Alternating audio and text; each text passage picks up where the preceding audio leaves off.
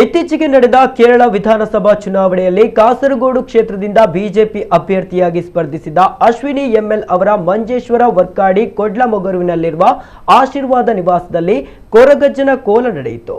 ಗೃಹ ಪ್ರವೇಶವಾಗಿ 5 ವರ್ಷಗಳು ಪೂರ್ಣಗೊಂಡ ಹಿನ್ನೆಲೆಯಲ್ಲಿ ಗಣಪತಿ ಹೋಮ, ಸತ್ಯನಾರಾಯಣ ಪೂಜೆ, ಮುತ್ತಪ್ಪನ ಕೋಲ, ಕೊರಗಜ್ಜನ ಕೋಲ ಭಕ್ತಿ ಭಾವದಿಂದ ನಡೆಯಿತು.